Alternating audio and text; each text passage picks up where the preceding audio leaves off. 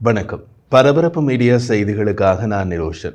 டெஹ்ரானில் ஹமாஸின் தலைவர் கொல்லப்பட்டதற்கு இஸ்ரேலுக்கு எதிரான பதிலடி பல வடிவங்களில் வரலாம் என்றும், இஸ்ரேலுக்கு எதிரான தாக்குதல் தற்போது தற்காலிகமாக நிறுத்தி வைக்கப்பட்டிருக்கலாம் என்றும் ஈரானிய ராணுவ அதிகாரி ஒருவர் கூறினார். ஈரானின் இஸ்லாமிய புரட்சிகர காவலர் படைப்பிரிவின் செய்தி தொடர்பாளர் ஜெனரல் அலி முகமது நைனி இது பற்றி கூறிய போது, நேரம் எங்கள் பக்கத்தில் உள்ளது. எமது பதிலடிக்கான காத்திருப்பு காலம் நீண்ட காலம் ஆகலாம் என்று கூறினார்.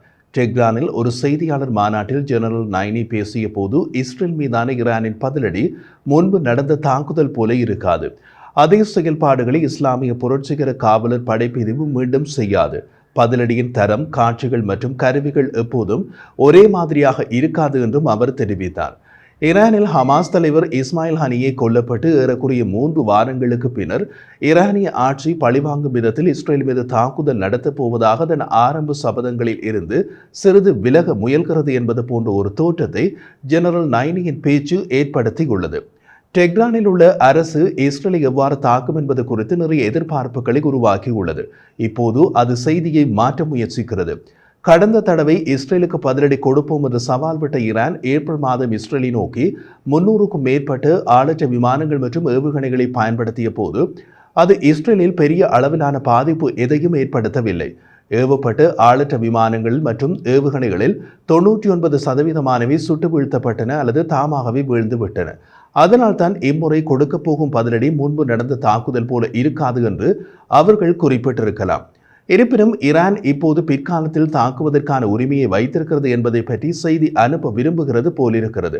பெய்ரூட்டில் ஜூலை இறுதியில் ஒரு முக்கிய தளபதி கொல்லப்பட்டதற்கு இஸ்ரேலுக்கு பதிலடி கொடுக்கப்படும் என்றும் ஹெஸ்போல்லா கூறியது. அதே ஹெஸ்போல்லா பதிலடிக்காக நாம் தேர்ந்தெடுக்கும் இந்த நேரமும் இடமும் எமது முடிவு என்றும் கூறியுள்ளது.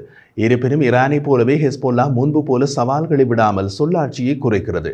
ஹெஸ்போல்லா இப்போது சொல்வது என்னவென்றால், இஸ்ரேலுக்கு பதிலடி கொடுக்க தமக்கு உரிமை உண்டு என்கின்றது. அதாவது கணக்கை திறந்து வைத்திருக்கிறது.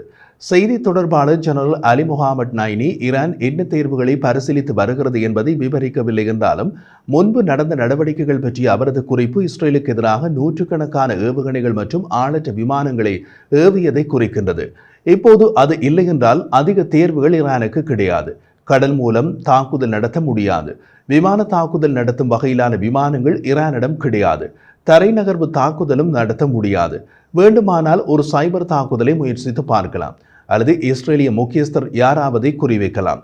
சிரியாவின் டமாஸ்கஸில் உள்ள ஈரானிய தூதரக வளாகத்தின் மீது இஸ்ரேல் நடத்திய தாக்குதலில் பல மூத்த ஈரானிய இராணுவ தளபதிகள் கொல்லப்பட்டதற்கு பதிலடியாக ஈரானின் முதலாவது தாக்குதல் முயற்சி நடத்தப்பட்டது. ஜெனரல் நைனியின் கூற்றுக்கள், ஈரான் மீண்டும் இஸ்ரேலை தாக்கினால் அது ஒரு பிராந்திய போராக மாறலாம் என்று பரவலான அச்சம் ஈரானுக்கு இருப்பதை குறிக்கலாம், அல்லது குறைந்தபட்சம் அதை இப்போதைக்கு தவிர்க்கும் விருப்பமாகவும் இருக்கலாம், அல்லது ஜெனரல் நைனியின் அறிவிப்பே ஒரு திசை திருப்பலாகவும் இருக்கலாம். ஜூலை மாத இறுதியில் ஈரானிய மண்ணில் ஹமாஸ் தலைவர் படுகொலை செய்யப்பட்டதிலிருந்து ஈரானிய அதிகாரிகள் அவரது மரணத்திற்கு பழி வாங்குவதாக மாறி மாறி சவால் விட்டுக் கொண்டிருந்தனர். அந்த ஓசை இப்போது குறைந்த அளவிலேயே கேட்கிறது. இறுதியாக கூறப்பட்ட கூற்று கடந்த செவ்வாய்க்கிழமை ஈரானின் இஸ்லாமிய புரட்சிகர காவலர் படையின் துணை தளபதி பிரிகேடியர் ஜெனரல் அலி ஃபதாவியிடமிருந்து வெளியானது. ஈரானின் அரசு ஊடகம் IRNA வெளியிட்ட செய்தியின்படி, டெஹ்ரானில் ஹமாஸின் தலைவர் இஸ்மாயில் ஹனியை படுகொலை செய்த இஸ்ரேலிய ஆட்சியை உரிய நேரத்தில் மற்றும் உரிய இடத்தில் கண்டிப்பாக தண்டிப்போம் என்று கூறினார். அதுவும் 3 வாரங்களுக்கு முன் ஈரானிய தளபதிகள் இந்த நிமிடமும் இஸ்ரேல் மீது தாக்குதல் நடத்தப்படலாம் என்பது போன்ற அதிரடி சவாலாக இல்லை.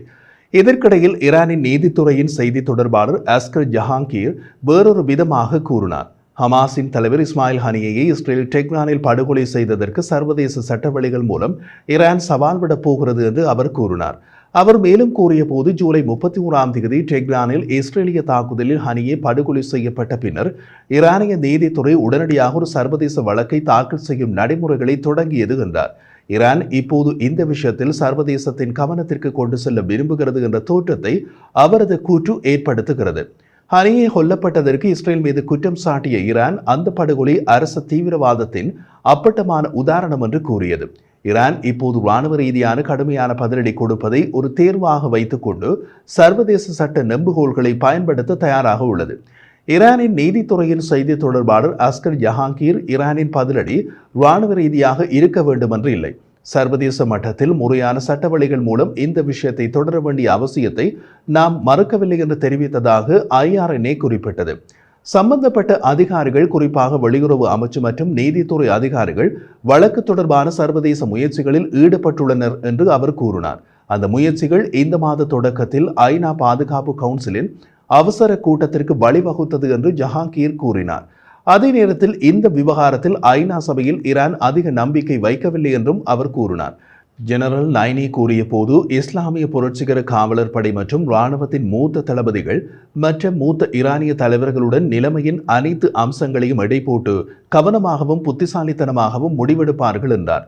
இந்த கருத்து மாற்றங்கள் இப்போது ஈரானில் தேசிய நலன்களும் உள்நாட்டு கருத்துக்களும் தாக்குதல் ஆர்வத்தை விட அதிகமாக இருப்பதாக தோன்றுகிறது. இப்படி ஒரு மாற்றம் நிஜமாகவே இருந்தால் முக்கியமாக ஹமாஸின் புதிய தலைவர் சின்வார் அதை ஒருபோதும் ரசிக்கப் போவதில்லை.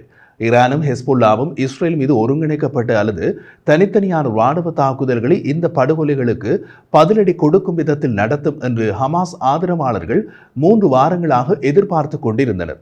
அவர்களும் இதை ரசிக்கப் போவதில்லை. ஏப்ரலில் செய்தது போல் இஸ்ரேலின் நெருங்கிய நட்பு நாடான அமெரிக்கா இஸ்ரேலை பாதுகாக்க கடற்படை போர்க்கப்பல்களையும் நீர்மூழ்கிய கப்பல்களையும் அந்த பகுதிக்கு அனுப்பியது. மேலும் அமெரிக்க ராஜாங்க செயலாளர் ஆண்டனி பிளிங்கன் காசா பகுதியில் இஸ்ரேலுக்கும் ஹமாஸுக்கும் இடையே போர் நிறுத்தம் செய்வதற்கான உந்துதலை இரட்டிப்பாக்கினார். ஆனால் ஈரான் இஸ்ரேல் மீதான தாக்குதலை ஒத்திவைத்தால் உள்நாட்டு அளவீடுகள் சர்வதேச ராஜதந்திரத்தை விட பெரிய பங்கை கொண்டிருக்கும். 3 தசாப்தங்களுக்கு மேலாக ஈரானின் சுப்ரீம் தலைவர் அயத்துல்லா அலி கமேனி ஒரு அடிப்படை கொள்கையுடன் ஆட்சி செய்து வருகிறார். ஈரானிய இஸ்லாமிய குடியரசின் ஆட்சியினை தமது அதிகாரத்தில் வைத்திருக்க வேண்டும். ஹமாஸ் தலைவர் இஸ்மாயில் ஹனியை கொல்லப்பட்டதற்கு பின்னர் திரு கமேனி இஸ்ரேல் மீது நேரடி தாக்குதலை நடத்த உத்தரவிட்டார் என்ற தகவலை ஈரானிய அரசு ஊடகங்கள் பரபரப்பாக வெளியிட்டன. ஈரானின் பல கடும்போக்கு அரசியல்வாதிகள் அதை முன்மொழிந்தார்கள். அவர்களுக்கு என்ன பதிலை கூறுவார் சுப்ரீம் தலைவர்? அதுவும் ஈரானில் ஒரு மிதவாதி ஜனாதிபதியாக தேர்ந்தெடுத்த கொதிப்பில் உள்ளார்கள் பல கடும்போக்கு அரசியல்வாதிகள்.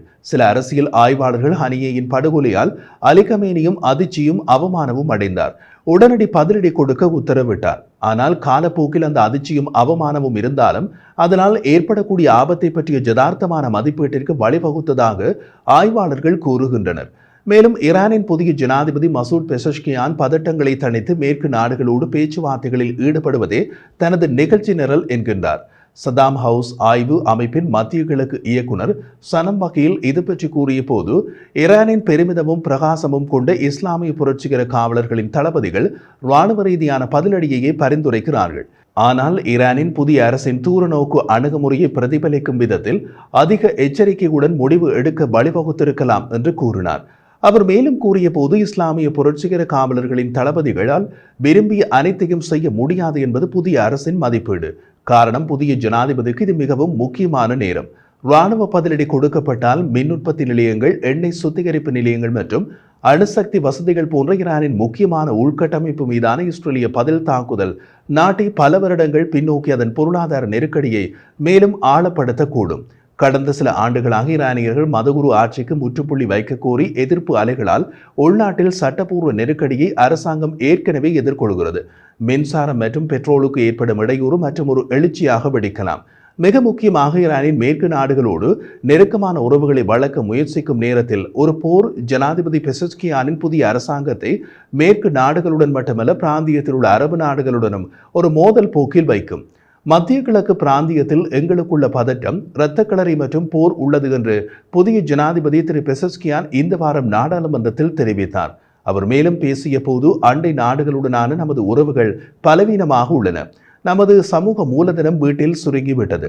நமது ஒற்றுமை பலவீனமாக உள்ளது. மேலும் அரசாங்கம் பொதுமக்களிடம் நம்பகத்தன்மையை இழந்துள்ளது. இதையெல்லாம் உடனே சரி செய்வதே எனது முன்னுரிமை என்று பேசினார். அவரது கணக்கீடுகளில் அடுத்த வாரம் அர்பைனின் என்ற முக்கிய மத விடுமுறை வருகிறது. அர்பைனின் என்பது ஷியா இஸ்லாமில் ஆஷுராவிற்கு பிறகு 40வது நாளை குறிக்கிறது. இது இஸ்லாமிய தீர்க்கதரிசி முகமதுவின் பேரனும் 3வது ஷியா இமாமுமான ஹுசைன் இப்னு அலியின் தியாக தினம் என்று குறிப்பிடப்படுகிறது. பிராந்தியத்தில் ஷியா முஸ்லிம்களிடையே தனது தலைமைத்துவத்தை வெளிப்படுத்த ஈரானிய அரசு எப்போதும் அர்பைனின் மத விடுமுறையை பயன்படுத்துகிறது. மேலும் இந்த மத அனுசரிப்புகள் பொதுவாக மில்லியன் கணக்கான யாத்ரீகர்களை ஈரானுக்கு ஈர்க்கின்றன. அப்படியான நேரத்தில் இஸ்ரேலுக்கு பதிலடி, இஸ்ரேலின் பதிலடிக்கு பதிலடி என்றால் புதிய அரசின் ஆட்சியிலேயே முதல் கோணலாக தொடங்க வேண்டும். அத்துடன் நியூயோர்க்கில் அடுத்த மாத செப்டம்பர் நடுப்பகுதியில் உலக தலைவர்களின் வருடாந்திர ஐக்கிய நாடுகளின் பொதுச்சபை கூடுகிறது. ஜனாதிபதி பெஷஷ்கியான் அங்குதான் முதல் தடவையாக உலக அரங்கில் அறிமுகமாகிறார். அங்கு அவர் ஒரு மாற்றம் மற்றும் மிதமான செய்தியை வழங்குவார் என்று எதிர்பார்க்கப்படுகிறது. அந்த செய்தி போர் மற்றும் குழப்பம் அல்ல. அத்துடன் இராணுவ தாக்குதல் உண்மையில் எதையும் மாற்றாது என்று ஈரானிய தலைவர்களும் முடிவு செய்திருக்கலாம். இந்த எண்ணம் அவர்கள் ஆயிரக்கணக்கான ஏவுகணைகளை இஸ்ரேல் நோக்கி ஏவினாலும் அதன் பின்னர் என்ன? இஸ்ரேலிய பதிலடியின் அபாயங்கள் உண்மையில் மிக தெளிவாக உள்ளன. அதனால் ஈரான் மிக ஜாக்கிரதையாக இருக்க விரும்புவதற்கு வாய்ப்பும் உள்ளது.